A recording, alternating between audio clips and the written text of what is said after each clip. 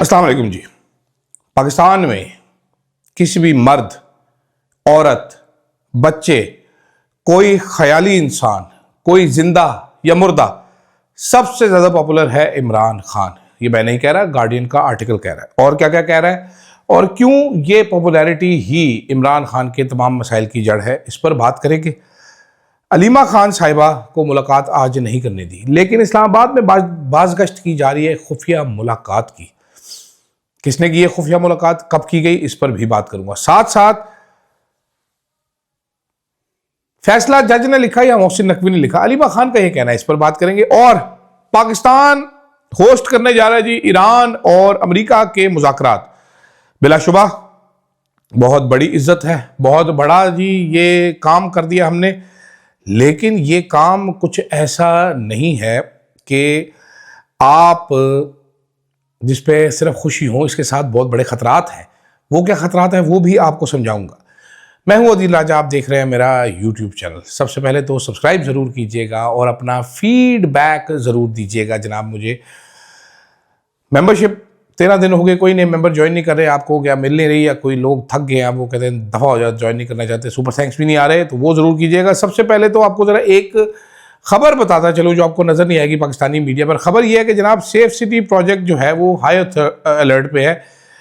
Authorities ने, agencies ने पाकिस्तान की पोटेंशियली सस्पिशियस फॉरेन स्पाईवेयर ढूंढे हैं सिस्टम में। पाकिस्तान के national computer emergency response team ने ऑडिट ऑर्डर किया है all software and hardware use by government agencies to prevent any risk to the country's critical infrastructure. इस टाइम इमरजेंसी पड़ी हुई है।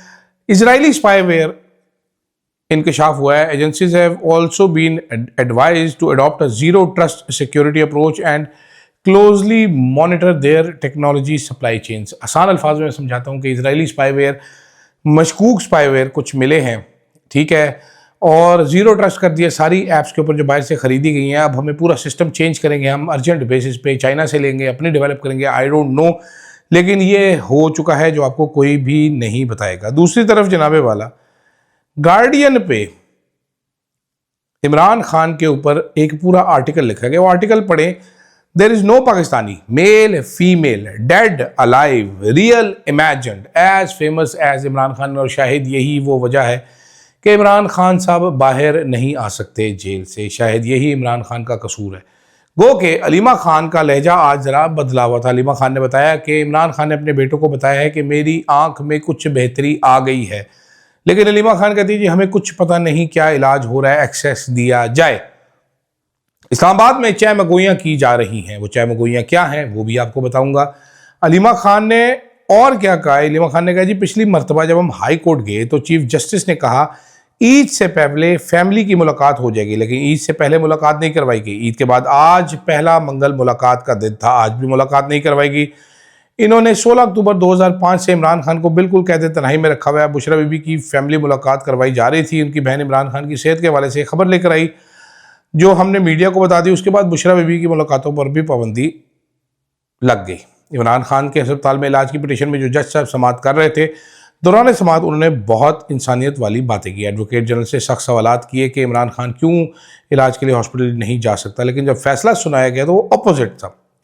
लेकिन ऐसा लगता था कहीं से लिखा लिखवाया फैसला आया, शायद मोहसिन नकवी ने लिख कर भेजा हो, क्योंकि जिस कमिश्नर के अंडर बोर्ड बना वो मोहसिन नकवी के नीचे काम करता है और इन्हीं डॉक्टर्स को बोर्ड में शामिल किया गया जिनकी रिपोर्ट पर हमें यकीन ही नहीं है। ये अलीमा खान का जनाब कहना था। आज अलीमा खान साहिबा खड़ी रहीं, काफ़ी देर इंतज़ार करती रहीं और इंतज़ार करते करते जनाब थक कर वापस चली गई। इमरान खान की बहनें, एस्टैब्लिशमेंट इस टाइम आलमी मीडिएटर का किरदार अदा करी शहबाज शरीफ और आसिम मुनीर साहब, लेकिन शहबाज शरीफ साहब का इक़्तिदार भी क्या इक़्तिदार है। ट्रंपू अंकल के वारी जाते हैं अपने मुल्क में, अपने ही एक पाकिस्तानी के बयान से डरती है ये हुकूमत। कितनी कोई मजबूत हुकूमत होगी जनाब, कितनी कोई तगड़ी हुकूमत होगी। खैर, खुफिया मुलाकात की बात की जा रही, कहा यह जा रहा है इस्लामाबाद के कोनों कूचों में ये बातें की जा रही हैं छुप छुप कर कि इस बार जब पिम्स लेके आए थे तो तहरीक इंसाफ के एक रहनुमा वहाँ पर मौजूद थे और एक खातून भी वहाँ पर मौजूद थी। अभी तक आपको किसी ने नहीं बताया, मैं आपको बता रहा हूँ, नाम मैं आपको नहीं बता रहा, लेकिन एक साहब जो वहाँ पर मौजूद थे, कहा ये जा रहा है कि वो बड़े क्यूट से थे, और जो बहन जो थी, जो खातून थी, वो भी एक वहाँ पर मौजूद थी। तो इन दो लोगों की इमरान खान से कोई मुलाकात हुई है। कुछ लोग सुहेल अफरीदी पे शक का इजहार कर रहे हैं, कुछ लोग इजहार क्यूटी पाई पे कर रहे हैं। तो आपका काम है ये ढूंढना, खैर काम तो मेरा है लेकिन मैं नहीं बताऊंगा। सोचिए ज़रा कि किसकी मुलाकात हुई होगी, किसकी मुलाकात नहीं होगी। दूसरी तरफ जनाबे वाला, अब ये कंफर्म हो चुका है तकरीबन कि जेडी वैंस साहब जो हैं वो भी आ रहे हैं, तशरीफ़ ला रहे हैं। 3 दौर होंगे मुलाकात का, ये मुज़ाकरात के 15 नुकात हैं अमेरिका के, 5 नुकात हैं ईरान के। होस्ट कर रहे हैं हम। बहुत सारे अमरीकी जनाब ये कह रहे हैं कि ये शायद वो किया जा रहा है, धोखा दे रहा है अमेरिका। अमेरिका पहले वेनेजुएला के साथ मुज़ाकरात थे, धोखा दिया। ईरान के साथ पिछले साल मुज़ाकरात थे, धोखा दिया। इस साल साइन होना बाकी था जॉर्डन में मुज़ाकरात के ऊपर, तो धोखा दिया गया। तो अब भी अमेरिका ये 5 दिन का गैप लेकर वो अपनी हमले की हिकमत अमली बना रहा है, मज़ीद असासे लॉन्च कर रहा है मिडल ईस्ट में। इस टाइम पे बहुत सारे हज़ारों की तादाद में अमरीकी फ़ौजी जो हैं वो मिडल ईस्ट पहुंच रहे हैं, अपने फ़ौजियों की तादाद वो बढ़ा रहा है। शायद ग्राउंड ऑफेंसिव की बात की जा रही है। ऐसे में सवाल एक साहब ने ये रेस किया मेरे साथ, उन्होंने कहा भाई मुज़ाकरात अच्छे हो गए तो बल्ले बल्ले, मुज़ाकरात फेल हो गए तो फिर क्या होगा? क्योंकि वेस्टर्न मीडिया, छोटे छोटे जो उनके मेरे जैसे यूट्यूबर हैं, वो ये बात कर रहे हैं कि Balochistan is the right place for American soldiers to enter into Iran ground troops के लिए। तो ये बातें की जा रही हैं। और फिर क्या, अगर मुज़ाकरात फेल हुए, यूएई ने क्लियर ऐलान किया हुआ है कि हम हमला करेंगे ईरान के ऊपर। सऊदी अरेबिया ने भी अपनी एयरबेस दे दी है, वो भी एक्सट्रीम कोऑपरेशन करेंगे। बल्कि न्यूयॉर्क टाइम्स ने तो ये भी खबर लगाई कि मोहम्मद बिन सलमान जो कि सऊदी अरेबिया के वली अहद हैं, प्रैक्टिकली वही किंग हैं, वो ट्रंप को कह रहे हैं कि जंग मौका बड़ा अच्छा है, इसको कुचल के रख दे, और सऊदीया अगर हमला करेगा तो हमें भी हमला ख्वाजा के गवार डड्डू की तरह करना पड़ेगा। तो हमारे लिए हालात बड़े संगीन हो जाएंगे, बड़े गमगीन हो जाएंगे। बार बार इस किस्म की मिसालें दी जा रही है। तो हम लुड्डी तो बड़ी डाल रहे हैं, लेकिन इस पहलू पे सोचना भी बड़ा ज़रूरी है। ऐसे में एक जनाब वेबसाइट है, उस वेबसाइट का क्या नाम है जी, पोली मार्केट, वहाँ पर बेटिंग होती है। ठीक है, अभी गार्डियन अखबार की खबर है कि जंग के बाद पोली मार्केट में नए नए अकाउंट्स आना शुरू हुए, और नए अकाउंट्स ने हैवी बेटिंग शुरू कर दी है। और बेटिंग किस चीज़ पे की जा रही है कि 31 मार्च से पहले जंग होने वाली है। उन्होंने एक अकाउंट आइडेंटिफाई किया गार्डियन वालों, उन्होंने कहा ये अकाउंट ने $70,000 की शर्त लगाई, अगर ये शर्त जीत गया तो ये इसको तकरीबन $8,82,000 दिए जाएंगे। और गार्डियन के मुताबिक वो कह रहे हैं कि ये शायद कोई अंदर का बंदा है जिसके पास मालूमात हैं, शायद ये ट्रंप के बेटे का शराकतदार है कारोबार में, और ट्रंप या किसी उसके बेटे ने या फैमिली ने ही कहा होगा कि यार शर्त लगा इस पर, माल इसमें से निकलेगा, ज़्यादा निकलेगा, थोड़ा नहीं निकलेगा। ठीक है, तो ये जनाब कहानी चल रही है इस टाइम पे। वॉर के हवाले से काम बड़ा सीरियस होता चला जा रहा है। पेट्रोल प्राइसेस भी पाकिस्तान में बढ़ने वाली है। अल्लाह के हुक्म से 610 रुपये का हाई ऑक्टेन फ्यूल है जो कि टर्बो गाड़ियों में डलता है, जो कि बिल्कुल भी कोई अमीर तरीन अफराद नहीं लगते पाकिस्तान में। आप वो लोग जो पहले मुतवसत तबकों के जो करोला या होंडा ख़रीदते थे, चाइनीज़ गाड़ियों के आने के बाद वो SUV अफोर्ड कर सकते हैं, क्योंकि होंडा करोला के पैसों में वो गाड़ियाँ आ जाती हैं। अल्लाह के हुक्म से जितनी भी गाड़ियाँ आई हैं सारी टर्बो हैं। वजह क्या है इनकी? वजह ये है कि टर्बो जब लगाते हैं तो छोटी डिस्प्लेसमेंट का इंजन जो है, मतलब कि छोटे सीसी का इंजन, वो भी ज़्यादा परफॉर्मेंस दे सकता है। जिस तरह MG हो गई, हेवल हो गई, ये 1500 सीसी गाड़ी है, साथ इसके टर्बो लगती है, ये 3000 सीसी वाली परफॉर्मेंस देती है। इनके फिगर्स बड़े अच्छे हो जाते हैं। जब टर्बो लगता है तो इन गाड़ियों को हाई ऑक्टेन फ्यूल की ज़रूरत पेश आती है।